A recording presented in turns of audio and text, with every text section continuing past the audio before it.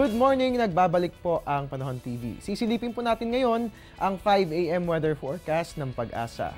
Good news po na dahil magiging maganda naman ang lagay ng ating panahon sa buong bansa at tanging northeast monsoon lamang po ang weather system na partikular na nakakaapekto dito po yan sa Luzon at ganun din sa Visayas. So asahan po natin na dito sa Metro Manila, sa buong Luzon at sa buong Visayas, fair weather ang iiral maliban na lamang po sa isolated light rains. Dito po sa Mindanao, asahan po natin na magiging maganda rin ang panahon maliban na lamang po sa isolated rain showers or thunderstorms. And there you have it. Yan nga po ang aasahang naging panahon para sa araw na ito.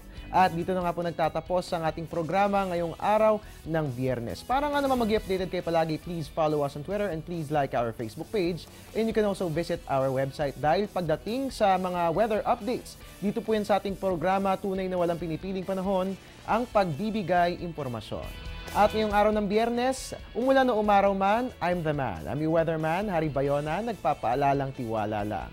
May tamang panahon ang bawat pagkakataon. Happy Friday po and happy weekend sa inyo lahat.